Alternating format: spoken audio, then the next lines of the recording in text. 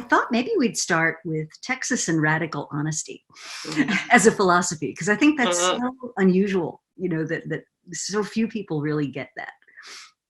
I do think it's kind of a Texas thing. I used to, people would ask me, what do you think makes a great HR person? I'm like, they just got to have horse sense.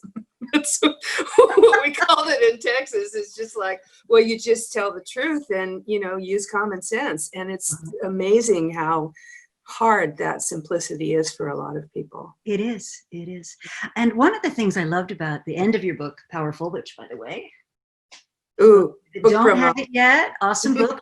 Note branding.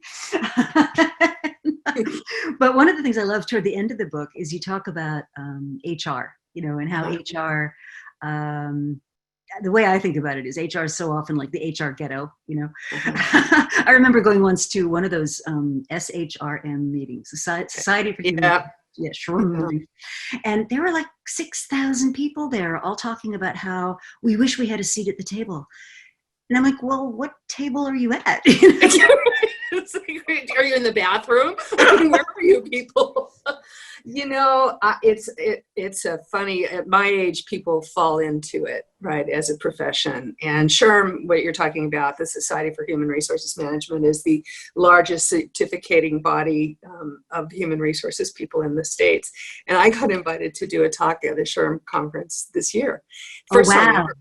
And the person who books for me, I said, did you know this is SHRM? He said, yeah, they want you to speak. And I wasn't even a highlighter. I was like sort of a breakout speaker or something like that. I'm like, but they hate me. Do they even know what they're talking about? Here's kind of how I came into it and how I feel about it now. I came into HR in kind of a different type of way because I was a recruiter. And so as a recruiter, your deep underlying philosophy is not to retain people. In fact, you kind of like when they leave because there's new jobs to recruit for. Okay, all right. And so as a recruiter, you're very much involved in learning the language of the clients that you're recruiting. You have to deeply understand the work that they do and why they love to do it. And then you match make, right? And because I was internal, if I just put the wrong person in place, I'd find out because they wouldn't work out. So I had to sort of deeply be involved in the work that people do. One of the first companies I worked for was a lot of mechanical engineers. It was in the early days of robotics. And I loved going down and watching, like the toys they had. Like, what did you do now? So that's kind of an unusual. I didn't come into it wanting people to feel good about work or, wanting to find deep philosophical meaning so that they would retain and stay with the company forever. So that's thing one. That's so interesting because you talk a lot, not to interrupt you, but you talk a lot about working for a company that's a great place to be from. That's and right. I just wonder if some of that recruiter DNA. It's absolutely. So that weaves into my relationship with Reed Hastings. So by the time I met Reed, I didn't just fall off the turnip truck. I was an HR professional, Rita. and I took the job at his little startup to be like the full-time, all-encompassing HR professional, not a recruiter, which in those days was kind of, well, they're part of us, but not really. Right. Like they're not SHRM certified. Right? Okay. So, and when I took that job, that was at another company with Reed that was a startup before Netflix. And Pure software? Pure software, yeah. And we grew through merger and acquisition. So since I really didn't know what I was doing, I just sort of stole, other people's employee manuals. And then when we'd acquire somebody, I'd take their employee handbook and our employee handbook and smush them together and add more rules and more rules and more rules and more rules. And it turned out that about 3/4 of the way through that work, that job with Reed, he told me one time, secretly over dinner that the only reason he hired me was I had the only skill he thought was necessary in HR, and that was recruiting. Oh, wow. Right. He's like, I really don't care. And he, because I was thinking about this, and I was reading your book this morning, because, we were always innovators' dilemma accolades, right? I mean, we always were like, how do we think about it? What do we do? And he was an engineer to the core when I met him. And so he would say, annual performance reviews, what's the point? And I couldn't answer him. I mean, you know, and then when I would answer him with the HR answer, well, Reed, the annual performance review is a once a year opportunity for you to give feedback to your employees on what the work they did last year in order to pay them next year. He would look at me like, you're not that stupid. I know you. So, yeah. So and so for the first time in my, at this point, pretty long career, I started to really question, why do we do these things? And so when he asked me to join him at Netflix, he said, let's create the company we always dreamed of. And so, you know, come on, who's not hooked on that? And I said, if we did that, how would you know? And he said, oh, I'd want to walk in the door and want to solve these problems with these people. And he said, how would you know, Patty? And I said, wouldn't it be cool if we were a great place to be from?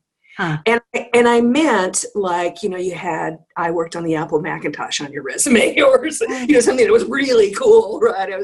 I was a founder at Netscape or whatever it was in those days. And over time, and especially since I've written the book and since I've left Netflix, I realized that I really meant it.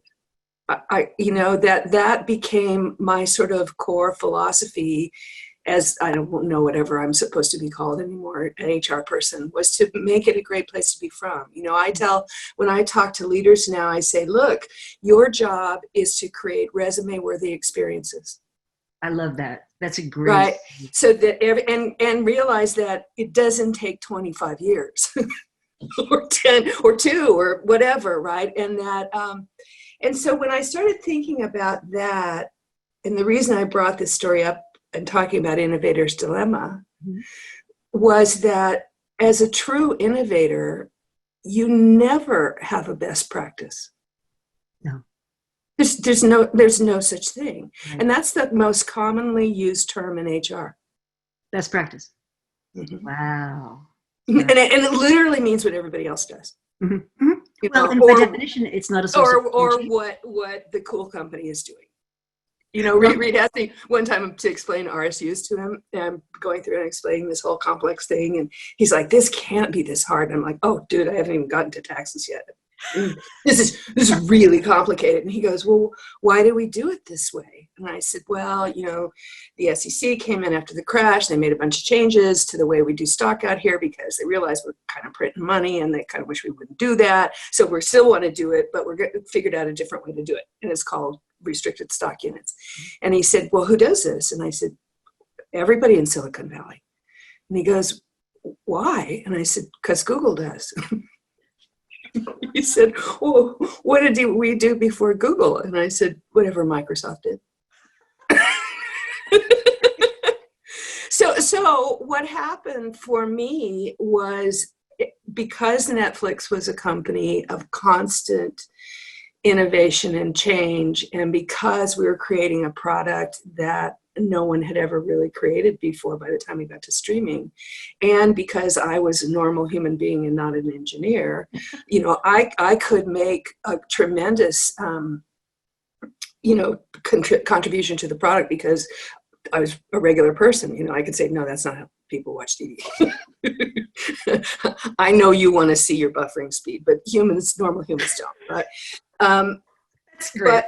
But because I was surrounded by people who were changing things, you know, at some point I just kind of got jealous. It's like, well, wait a minute. Why me? Why not me? Mm-hmm. Right? And I think the other thing that's sort of deeply held for me now is that I realize that what most innovators do is not create something new. They just stop doing the old stuff. A lot of times they recombine what's already just throw it away. Mm-hmm. Right. And so back to the original, you know, HR question. And when I left Netflix, I started to realize that I wasn't really, I don't know why human resources became a word, but I was kind of I described myself as the COO of the culture. Mm-hmm. Mm-hmm. Right? Which meant if we wrote down and said, this is the kind of company we wanted to be, then it was my job to scrub through all the process and the policy and the nuances and the behaviors and the stories and the legends, and to say, do we? right? And if we say we have a company of fully formed adults with freedom and responsibility, then why are they asking a clerk in finance to approve a $10,000 purchase? Mm-hmm. Mm-hmm. Right? And they have a PhD in math. They know what greater than 10,000 is. It's like, it doesn't add any value at all, right? But how do I then teach everybody in the company how budgets work so that they know that, oh, we budgeted for 10,000, but we're going to spend 30. How do we think about that, right? So that's a tiny example. So then it was relentless, right? Well, an annual performance review is the stupidest exercise known to humankind. Everybody hates it. So what's better? And then I don't have to come up with the global HR performance review initiative rollout. I can say, you guys want to experiment? Like we do with the product. Right, right. Well, I love that about your book where you talk about innovating on people practices the way that you innovate on product practices. I thought that was very insightful. Yeah, I mean, I think it's, your book is about strategy, and all of your life's work is about strategic stuff. And I would say sometimes, I want to be strategic, says the employee, right? I want to be a director because I want to be strategic. And I say, okay, well, tell me what you think is a strategy. And most often they describe a plan. I'm like, that's really good. That's really great. That's a plan, right? That's what we should do. Strategy is most often what we're not going to do. Is making really hard choices about we could, but we're going to choose, right? And so that's where, I don't think the problem I think has happened is that we've evolved every other part of the organization as understanding strategic initiatives, except the people part. Right? So and I think now is such an exciting time for us. Because, we would work remotely, except, it's very complicated and there's not the technology and people can't do it. It's really important. And then, boom, we did it. Totally. It's like, okay, well, and so now I'm kind of excited, like, to be talking to you, to say to all those other people in the world, what else? Right. What more? What else? I mean, yeah. What else are you putting off that now can be? What else are you not doing that you actually don't ever need to do again? Exactly. One of the things that I find so interesting about this time, and I think coming from Silicon Valley, you'll appreciate this, is it is possible to be a very senior person in very large and substantial organizations and never having even come within 10 inches of innovation or new stuff. You've spent your life optimizing and being efficient, and there's a whole universe of people out there right now who are going, how do I, like, where do I even start? In fact, I was on the phone just this morning with somebody from a monolithic corporation, and like, we don't even know where to start. Like, I've spent my entire life maximizing the space inside this box of CPG goods that are going to Walmart. And now the box doesn't exist. The Walmart's doing online that, like, where do I even start with this? And one of the things that I think is most interesting about your work is you're very explicit about, we tried stuff. We tried stuff. If it worked, we adopted it. And if it didn't work, we recorded what we learned and we moved on. And that's where I think everybody needs to get to. So they're very hungry for that. Oh, I'm doing a lot of talks about this with people. And I'm like, if you do nothing else, journal it. Right. Every day at the end of the day, just write down a couple of sentences of like, wow, today I was really frustrated because it was my 11th Zoom meeting and I don't, it was just hard and I'm exhausted and there's got to be a better way. Right. So it's the same kind of, work that we did with meetings themselves. Right? Do I really need to see 37 faces on the screen? Could this have been better done in a Google Doc? Could this have been an email? Maybe email's helpful again. Whoa, who knew, right? I have a great story. I talked to a CEO the other day and he said, I consider myself kind of a man of the people. And every quarter I would stand up in front of the company and do my quarterly company meeting. And I'd look at that sea of employees and think, I'm connecting with every one of them. And he said, but now I really am literally the sea of people on my screen. I don't know who's junior and who's senior. No. Right. And because I'm connecting everybody on my screen, I got that chat thing over on the right. When it's Brad, or Susan, I look at that and I'm like, that is a great question, Susan. And then afterwards I realized I would have never had a conversation with that person before.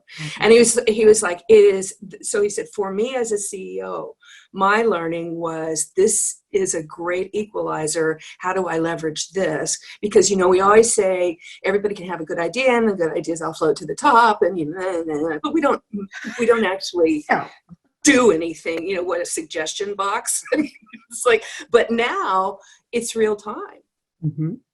That is actually something I'm really finding with the online format, because I teach a lot, right? So every class has 5 blowhards who are very loud and usually very male and usually, kind of take up a lot of oxygen. And now I don't have to give them airtime. You've kind of heard enough from you, the power of the mute button, but it does mean that we can get people into the conversation who would have had a really hard time breaking in before. Yeah. And right now, right. We can make it, we can start testing it right now as we're doing it. Right. And we can say out loud, let's never go back to normal. Mm-hmm. Well, right. Normal is. Yeah. Let's go forward and leverage this stuff. And, and I think the other thing is it's really time to dig deep, like one of the things, here's another best practice that I hate. I hate the anonymous employee survey. Oh yeah. I hate them, right? It's like, we scored a 98% most likely to so first of all, the reason why I hate them is that they're anonymous. And so by doing an anonymous survey, this is what I tell CEOs and HR leaders, what you literally say when you do that is you can't tell the truth unless we don't know who you are. Exactly. Right? You have to be behind the wall of secrecy before you can tell the truth. And we may or may not listen to you. Mm-hmm. Right? We heard you, but we're not going to do anything about it. Right? And so this is a great opportunity to really use these forums to say, what sucks? Mm-hmm. What's working, what's not working. My son has I have a 9-month-old granddaughter and she's the cutest thing in the world. But they both work. Yeah, but they both work from home and have a 9-month-old kid. The good news is they don't have to commute. And, and they get to be with her all the time. The bad news is, man, it's 24/7. Yeah. Oh yeah. They don't ever feel, it's not working from home. No. It's work is home. Home is work. Home, trying to work. Yeah. And so, not that I think their company should figure it out better because both of them work for terrific companies who are doing all kinds of great stuff for them and working with the technology and stuff. But now is a time for us to learn, where is this positive? Where is it negative? How do we think about, a lot of companies out here are saying, we love this. We're going to give up our expensive real estate. We're going to tell people work from wherever you want to work, and think about those kinds of things. I was thinking before all of this happened that the next big, thing du jour, now that we're done with millennials because they all grew up, is they're becoming parents now. Like my son, right? And so the next thing is how do we start thinking about not even work-life balance, but how do we think about this generation of workers who are new parents in a different era than when we were in, and how do we think about that? I did Emily Chang is a woman out here who wrote a book called Brotopia. She's the I've heard of that. Bloomberg reporter for tech. And I met Emily to talk about her book before it launched. And she said, yeah, can you believe that Apple built this incredible campus and didn't have childcare? And I said, my HR VP and me just jumped right out and went, oh, Emily, you just don't understand how difficult that is. There's facilities issues and there's insurance liabilities issues. And then there's these issues if something happens and the kids all over. It's a bad idea. People have tried it. It doesn't work. And she's like, oh, wish I had talked to you before I wrote the book, but that's really helpful, Patty. So I'm all, I'm an expert. So the next day I fly to Texas and I'm at this conference and on stage is the head of HR for Patagonia. And he said, yeah, we had a really great day yesterday. We hired somebody we met at 6 weeks old as an intern because they've been doing on-site childcare for 35 years. Forever. Right. And I'm like, God, it's like, I'm still an old fart. it's tough when you have those moments, right? You know? Yeah, it's wonderful though that you still can, right? And the reason I'm bringing that up now is really good time to think about this. Mm-hmm. Mm-hmm. Right, really good time to think about flexibility and working, and we'll also find out when we need each other and miss each other. Mm-hmm. Mm-hmm. So one of the things that I've been thinking about is you talk about the younger generation, and I think for people like you and me and our peers, you know, we've got our networks. We know who we can go to for the truth. We know how to get feedback. I mean, if I called up any number of people and said, "Look, I need your." I've got this thing that's bugging me. I need some feedback on it, right?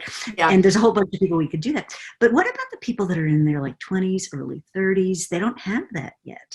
You know, how do they? Yeah, but they also don't have the fear we had in our 20s and 30s. I mean, here's what for me personally is the difference. Mm-hmm.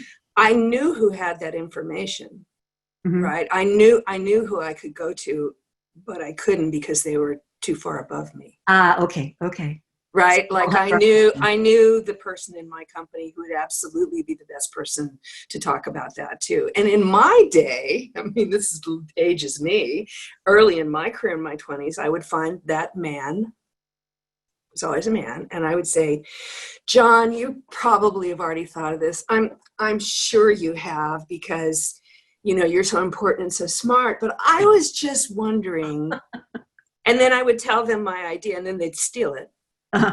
Right, of course. Right, but that's okay. It got implemented, and my manipulation, is pure manipulation in those days, because I wanted to get ahead. Was that once they realized that I had all those good ideas, they'd keep me around. Right. Because I'm secretly feeding them all this, you know, John, you're incredible. I can't believe what a great idea. He's like, I know, I'm that kind of guy, right? So I think the difference is that now people are already very connected.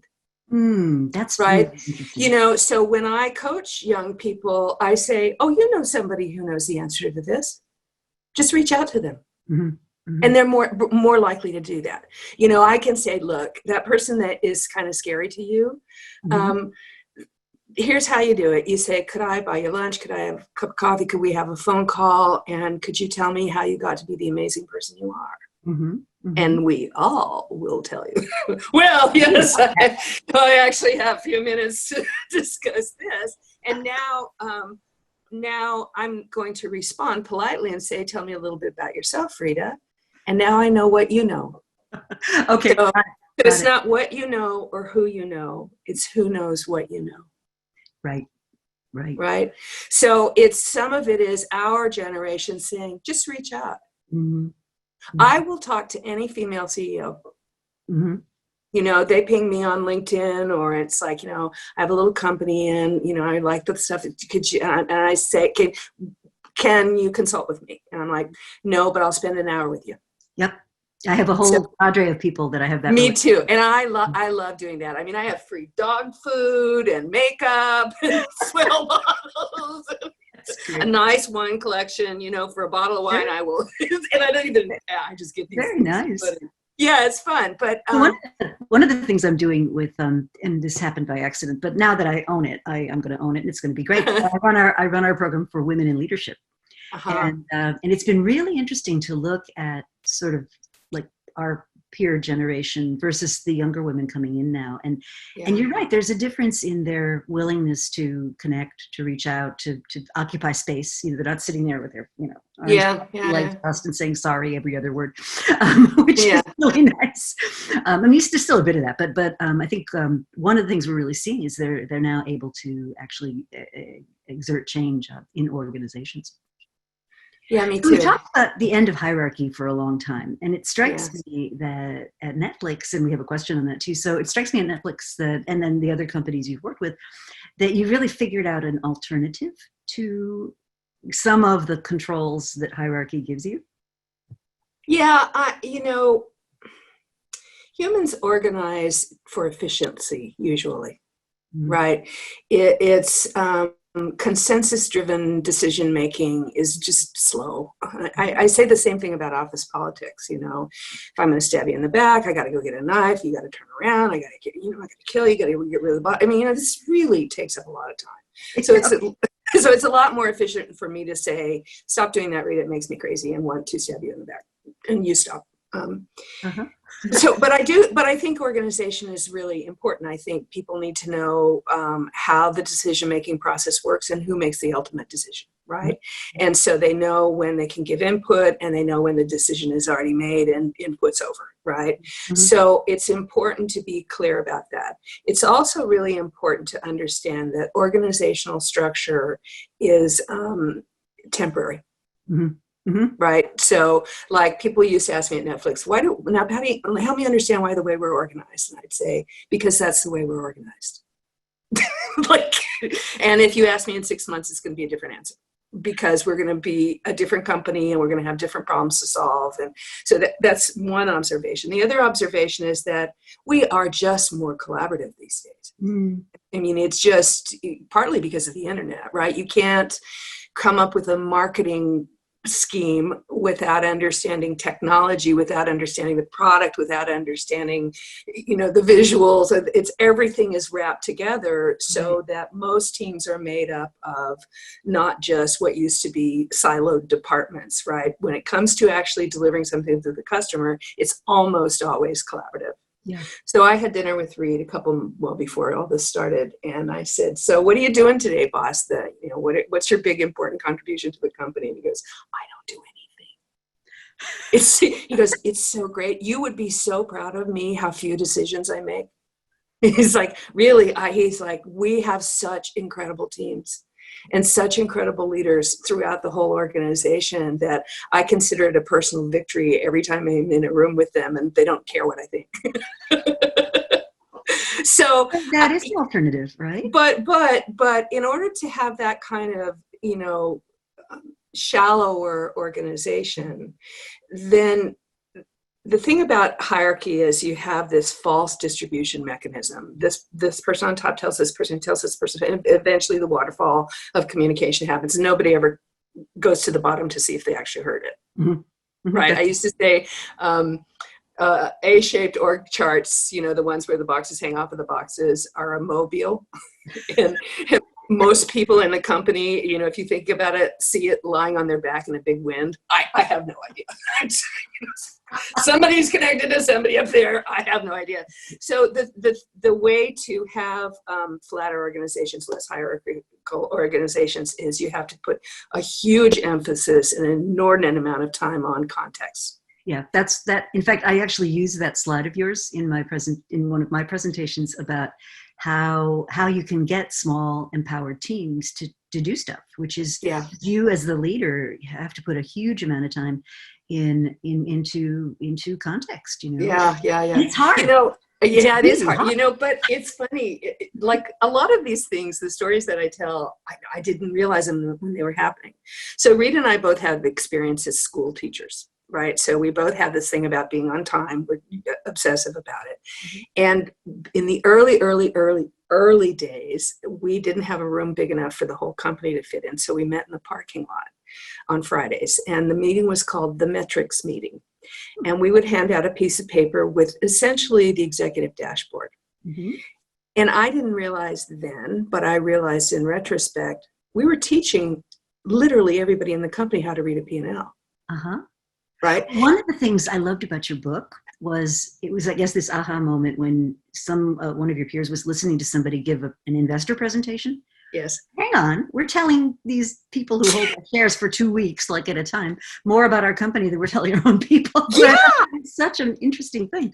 Yeah, it was like total aha moment. It was Cindy Holland, actually. She runs, that was her idea, and she runs original programming now at Netflix. She's a great leader. But then so the first time we just did that presentation for all the new employees. And I was like, God, now I learned something else. And we all thought we would each just do one set of slides, and then once a quarter, we'd just do our same slides. And we found out we had to rewrite them every time because the business changed so much. And then all the employees who'd been there for a long time were like, "Can I go do remedial? Because can I go back and do new employee orientation or Netflix college? Because somebody was just there yesterday and she told me something I didn't know." So, but the point we're both making is the active act of communicating what's occurring in the business is the work of management. Because the more you set context, the more people understand what they're doing, the more they understand what their contribution is, the more they can make decisions on their own. Mm-hmm. I don't have to wait to ask you if it's right or wrong. I know what the 5 top priorities are. And I was going to ask you about that. I was going to ask you about that because that came across very clearly in your book. And it's one of my litmus tests, which is if I pick 3 people at random from your company and I say, what's our strategy? And you get back like 3 completely different answers. Yep. It's not coherent. Yep. It's not coherent. Yeah. And it's back to what we talked about earlier in this conversation, which is as much what we're not going to do. Mm-hmm. Right? Here are the 5 things that we're going to work on. And I have this idea that's really incredible, but it's not on the list. No. So I'm going to set that aside. I'm not going to lose it because I think it's really important. It can be on the show. Yeah. So, I mean, that's but that's a lot. And I mean everybody. Mm-hmm. I mean, everybody. I mean, I remember consulting with Warby Parker back in the day. And, they're in this funky little building. They're still in the same building in New York. It just was a lot funkier then. And their big issue was the place wasn't big enough to have their customer service, their call center people be in the room with them. And they felt like they were breaking up the family and blah, blah, blah. And they're in Soho, right? And I said, geez, Neil, what do you pay them? $11 an hour? They're going to walk out of here past the Gucci store on the way to the subway. It's a horrible idea. And he said, yeah, I should probably go over and talk to them and raise their morale. And I said, no, you should send the CFO over and teach them that here's the cost of marketing to a new person. Let's say it's $10, $20, right, to acquire a new customer.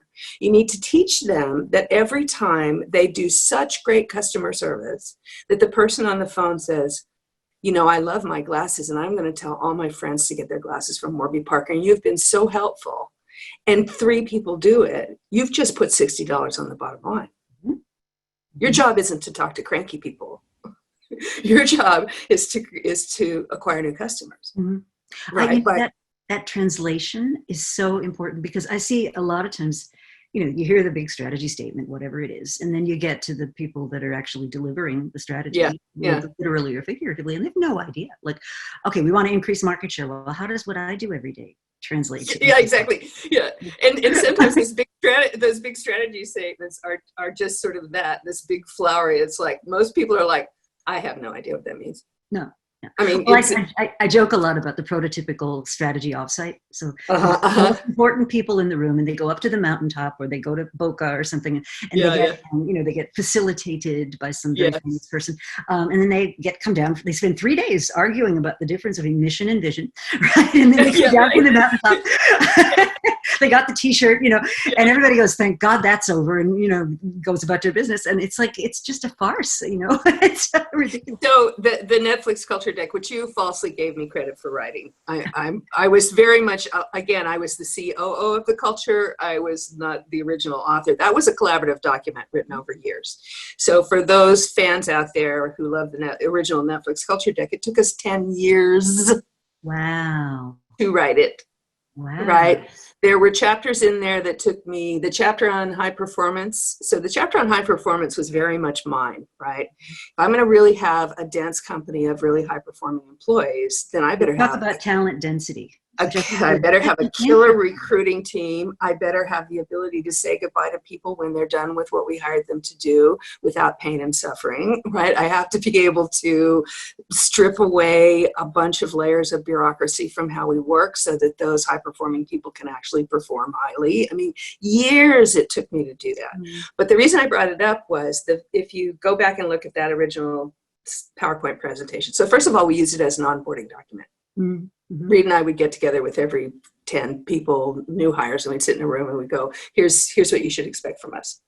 So the very first one was a chapter on values. And Reed said, let's do an offsite. I have a friend in Utah who has this, let's do an offsite and go do an offsite on values. I'm like, no, I'm not doing it anymore. It's just a waste of time. Why don't I come up with the 10 top values of the 10 top companies? And let me do some research on it, right? So I came up with the Enron values. I'm like, so that worked. So I said, I won't do that, but I will go to the mountaintop and I will work with our executive team and say, how are we going to behave? I love that. Right. And I mean, I should be able to say, you're a great communicator. And I say, person on your team, great communicator. What did they do last week? That was a great communication.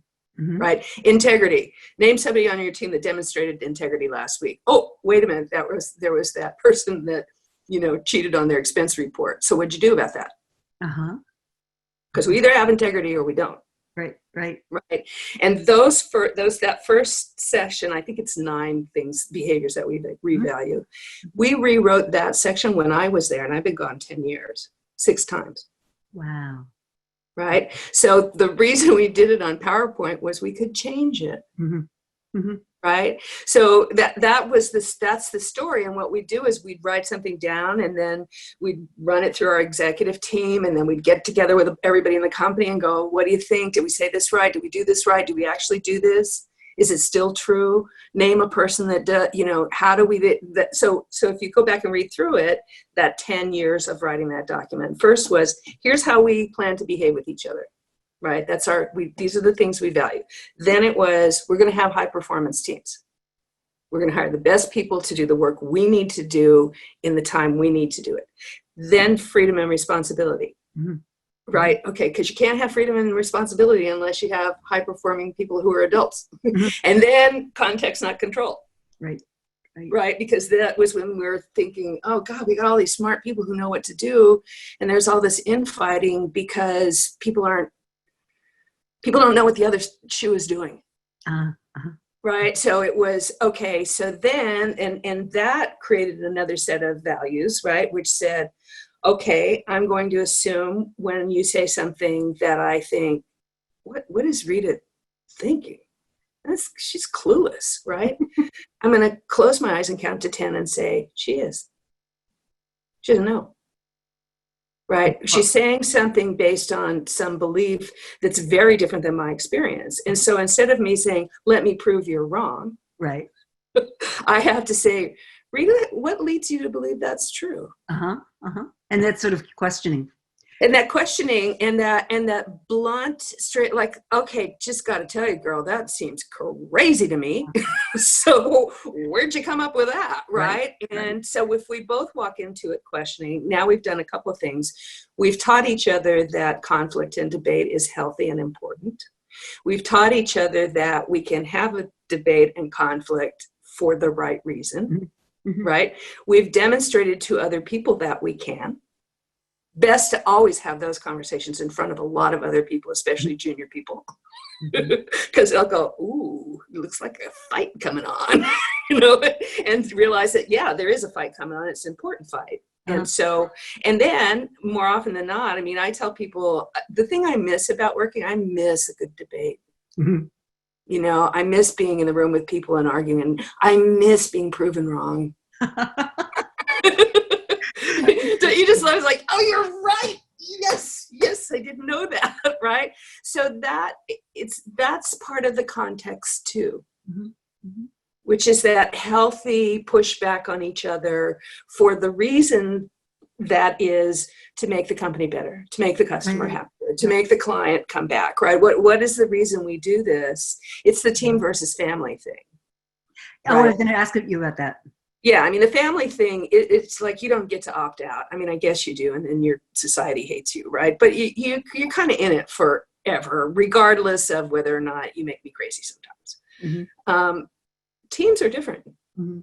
Teams come together. Like the sports team analogy. That's what you want to do. You want to win the customer. You want to win the market share. You want to win the whatever it is. And honestly, Rita, I have learned more than I ever learned in HR, being out in the world now, being on the stage with real sports coaches. I can imagine. Because they know how to get performance out of people. They know how to motivate people. They know why they're there. Well, and feedback isn't optional. Feedback is, I'm in one of these D&I conferences, which is another, how I hate HR speak. Like, how do we go from diversity and inclusion to D&I? It sounds like linens and things. Totally. It's a D&I initiative. I'm like, oh, D&I.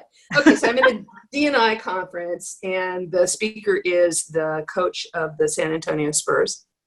And so this very sensitive person in the audience says, oh, you scour the country for the best athletes to play on your team. And they work so hard, and they're so young, and they're so passionate. And at the end of the season, they might get cut. Doesn't it just break your heart? He goes, no, it's professional basketball. It's like, and they got to play for the Spurs. Next. And I'm in the audience going, why can't we just say that? Right? If a 26-year-old guy can figure it out, I'm thinking the rest of us could too. Absolutely. Absolutely. Right? Love you. You've really played hard. We found somebody better for your position. See ya. And then you're going to go, oh, how do I leverage this? Well, right. And there's almost always something, right? There's almost always something. So one of the things that I get asked about a lot is kind of clock speed. How do you get an entity sort of working fast? And one of the things that I thought was fascinating in your book was this notion of quarterly planning and then rolling 3-quarter budgets. So, get rid of the annual strategy retreat and And I thought I would love it if you could talk about the how that kind of plays in, or maybe it came before or after, the shift from the pay per rental model to the subscription model, because that is a cataclysmic business model transition. And a lot of companies today are facing that, right? And if I just think about the food business, what we've learned about the food business is that there's one entire food industry that serves restaurants, and there's a completely different food industry that serves consumers. And one is like out to pasture and dumping their stuff in the fields, and the other one can't keep up. And it's just, how do we get faster at those things? Yeah, the Netflix, the particular story about this at Netflix is a little bit nuanced. So the subscription model was very, very, very scary. Well, it was new too. That was not. Well, it wasn't new. Reed sort of got look, I use the worry about the subscription model was that everybody would keep so many DVDs and we could never catch up with it. And, we would go broke because it's very, very capital intensive. We had to buy DVDs and stamps and people to take them out of the holder and put them in, it's a lot of capital. And over subscription, you don't really pay back for a year to 2, right? So all the money's up front. And if the usage is very high, then it sucks up all the, and this time we're at VC money, right? So it's going to suck up all our capital and we're just going to die from success. And those were actually legitimate worries in those days. It's like, oh my God, what if this works? We're toast. That's a great strategy. and Reed had the, he said, no, I think it's going to work like a gym subscription. You really are you say you're going to work out, but you don't, right? You're actually, you're limited by the number of hours that you actually watch TV.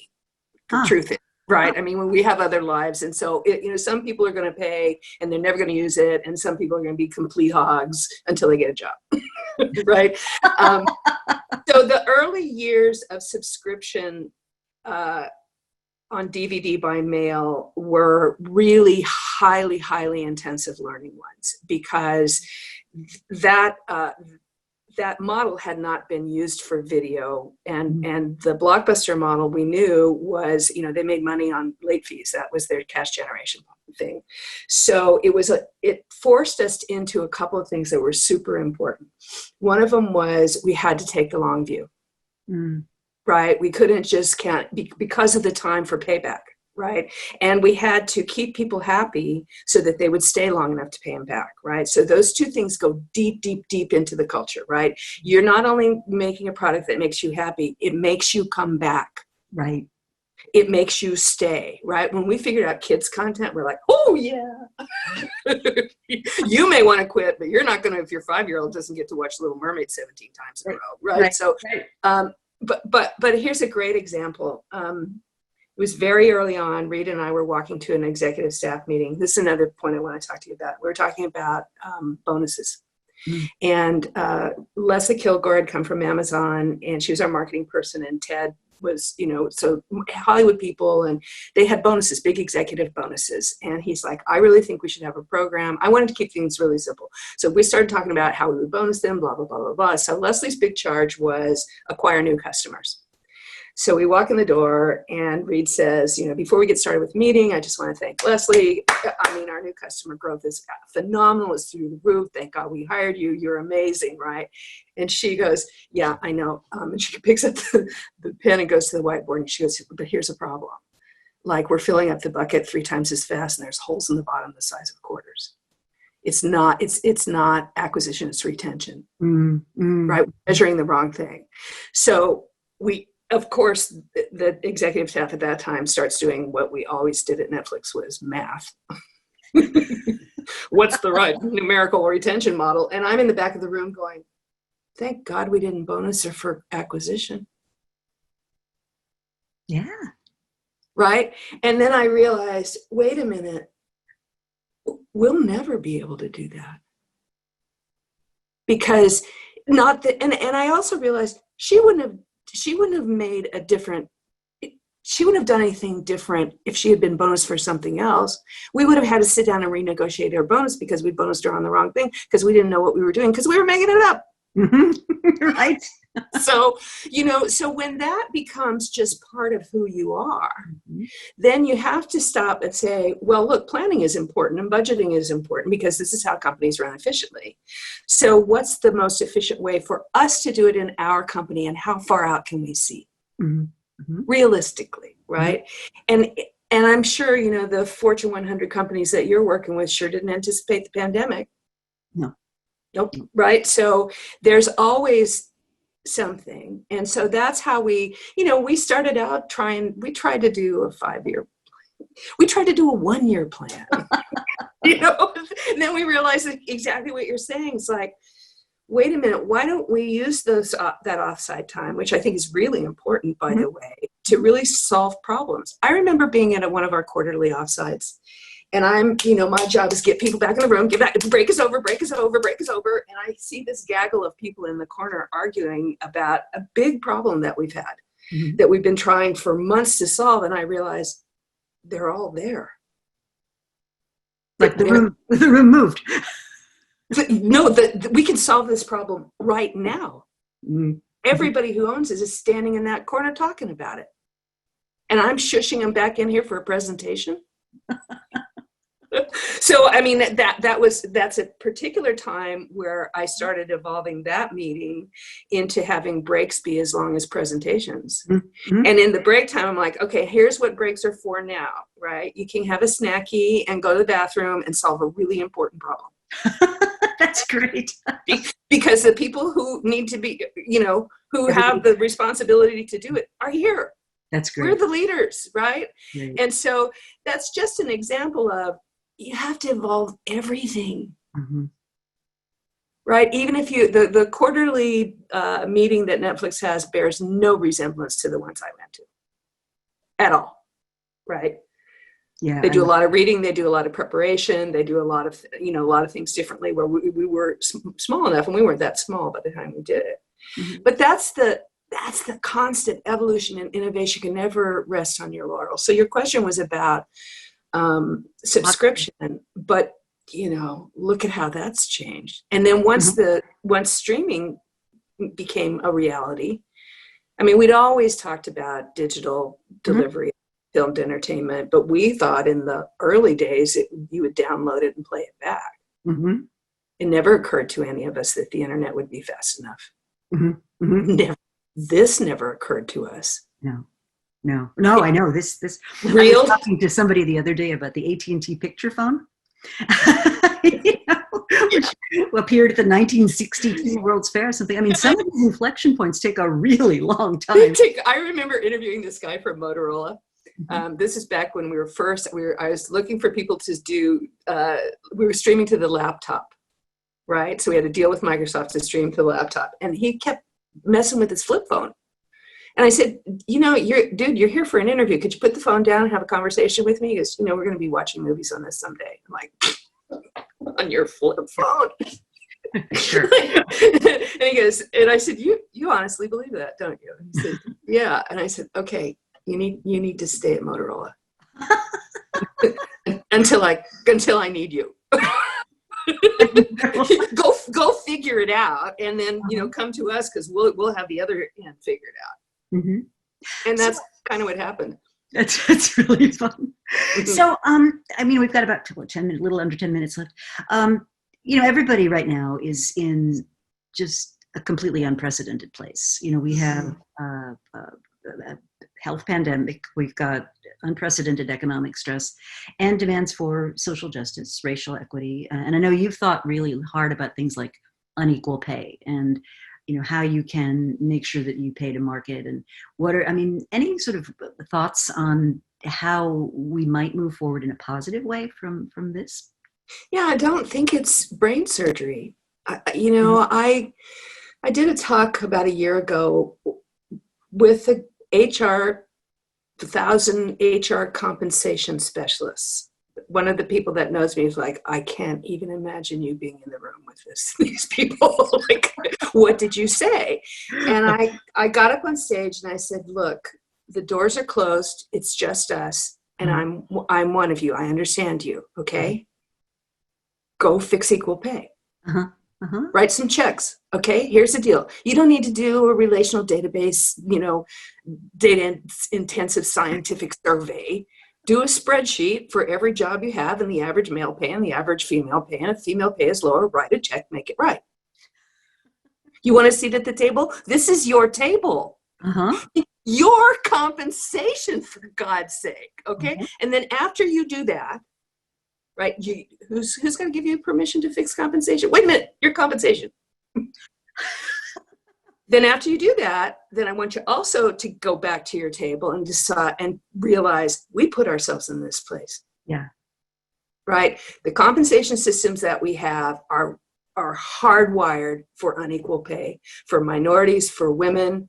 It's all in there. You look at tenure, and the tenure of a white male is going to be longer than somebody else, and they're going to move through the bands in the right way. And when I talk to women's groups, I say, look, if you take a job that you're paid 20% below what you're worth in the market, because you love them and you look like product, and you're going to do a great job, and you feel really good about the team, and it's okay, right? It'll work out because you're terrific. And so you join them, and you are terrific. You're amazing, right? You're so amazing so it comes time for performance review, and they have a 6.5% merit increase budget with a bell curve distribution, and they do rating and ranking within your salary band. And everybody agrees, you're incredible. You are so incredible. You're going to get a 14% increase. Right? And your manager and your HR people are going to, don't tell anybody. Right. But you are so good. We love you so much. We gave you twice the average raise. That's how good you are. Now you only suck by 6%. Right. Right. Compounded. I know. All those guys that say, oh yeah, we've made great progress. We're 30%, whatever, women or minorities or whatever the thing. It's 30%, dudes. I have a good friend who's a VP of engineering, and he says, you'd be really proud of me. My staff of 8 is like, I have 3 women on the staff. I'm like, you're a mathematician. What part of 3 out of 10 is equal? We want equal. Right. Okay? Equal. Not greater than. I think we want equal. Get there and then tell me how proud you are. Okay? Exactly. So I don't know. I don't think it's a trick. I think it's hard work. I think it's a lot of reflection, but there are some things that are just straightforward. Right? It's not hard to fix pay. A one-time fix, you're done. Now, there you go, right? I had a CEO tell me, well, I couldn't do that because I'd be admitting I was wrong. And I said, you are wrong. Isn't that a sign of maturity? You think they don't know it? But, when I do these talks at women's groups, they're like, this gets sad. You mean I have to leave to get paid what I'm worth? I'm like, yeah. Right? If they haven't noticed you now, but they've always given me raises, I'm like, what are you worth? And how you find out what you're worth is you go interview. Yeah, absolutely. You go talk to people, your peers. Yeah, you're not, I tell people when they do the employee engagement survey, they didn't put a ring on it.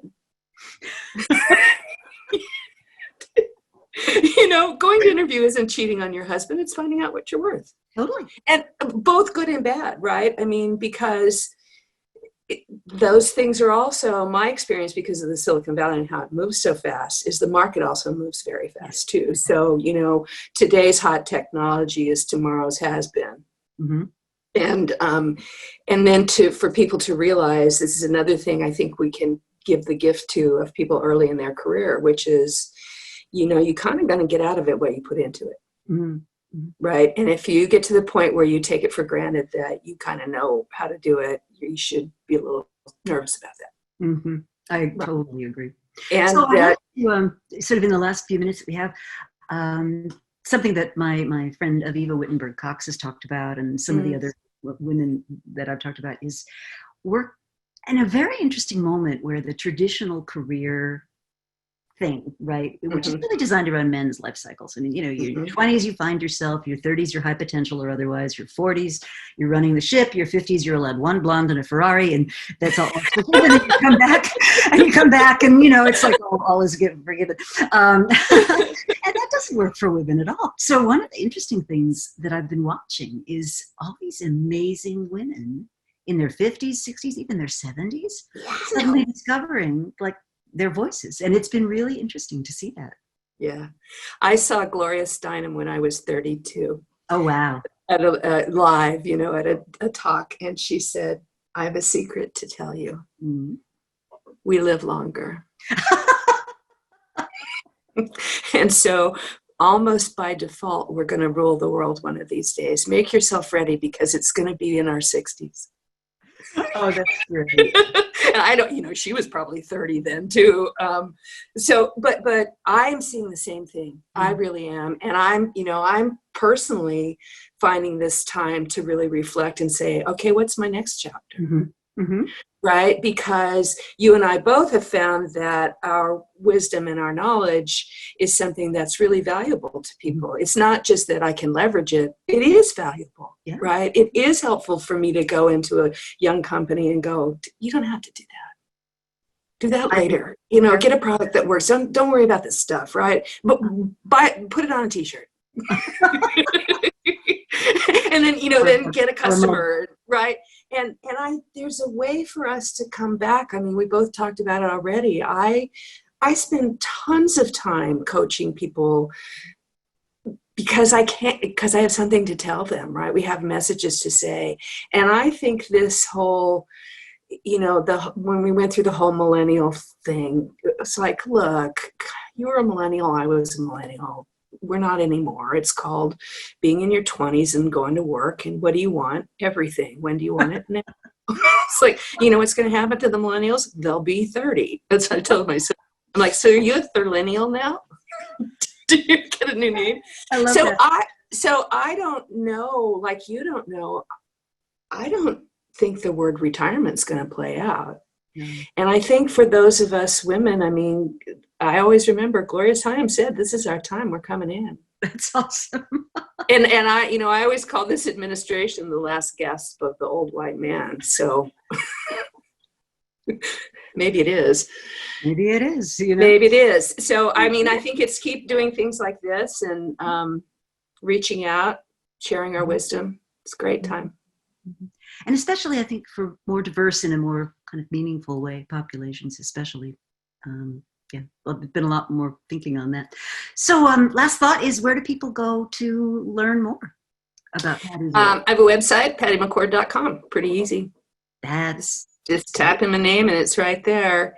And I'm doing a lot of this now. I sort of thought, well, gosh, I'm not traveling anymore. It'll be nice to settle down and work in my garden. And all that stuff is true. But yeah, me too. Me too. Yeah. I'm doing an awful lot of sort of, could you be part of this conversation, whatever. And it's a way of coming back. I think it's great. Yeah, we're lucky. We are, very much so. So thank you for what has been just such a fun hour, and to be continued.